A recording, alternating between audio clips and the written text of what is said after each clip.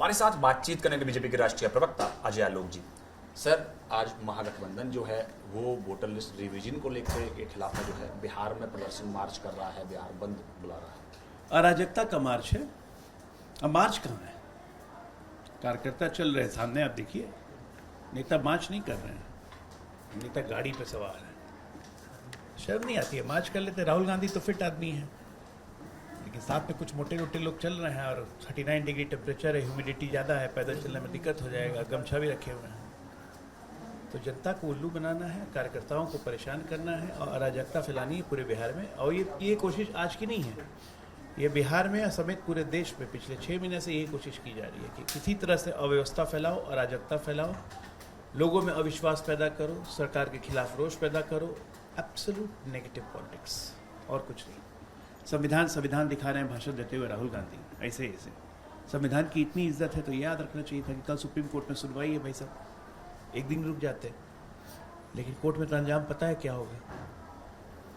अभी महाराष्ट्र कोर्ट की थप्पड़ की, मुंबई हाई कोर्ट के थप्पड़ की हुंकार कांग्रेस पार्टी लगता है इतनी जल्दी भूल गई।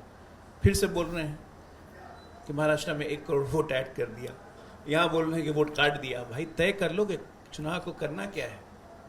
तो इनके हिसाब से चले वही व्यवस्था जो सबसे असंगठित, अव्यवस्थित, अवैध तरीके से काम करने वाले ये घमंडियों का गठबंधन बिहार में और देश में अराजकता फैलाना के लिए लगा हुआ है, जो हम होने नहीं देंगे। सर, राहुल गांधी तो ये कह रहे हैं कि चुनाव आयोग जो है वो कहीं ना कहीं चुनाव आयोग का काम बीजेपी की रक्षा करना नहीं है, संविधान की रक्षा करना है। महाराष्ट्र का उन्होंने जिक्र किया कि 1 करोड़ वोट जोड़े गए, सबने बीजेपी को वोट दिया, तो इस तरह की बातों का जिक्र कर रहे हैं। इनकी बात अगर मान लेते हैं तो मुंबई हाईकोर्ट का क्या काम है? वो भी बीजेपी की रक्षा कर रही है, वो भी चुनाव आयोग के घर में बैठी हुई है। मुंबई आयोग ने, मुंबई हाईकोर्ट ने महाराष्ट्र प्रदेश कांग्रेस कमेटी पे फाइन लगाया, उनको झाड़ लगाई कि आप समय व्यर्थ करने आते हैं। एक तरह से राजनीतिक थप्पड़ था, लेकिन उस थप्पड़ की गूंज इनको सुनाई नहीं देती है, बहरे हो गए हैं। ऐसा ही कुछ बार बार हो रहा है। कितनी बार कोर्ट में माफ़ी मांग चुके हैं ये हैबिचुअल लायर है। लायर मतलब झूठा। राहुल गांधी आदतन झूठा, तो वही काम कर रहे हैं अपना, करने दीजिए। वो करना अलबेला आदमी है ना राहुल। गाना सुना था ना, वो तो है अलबेला हजारों में अकेला।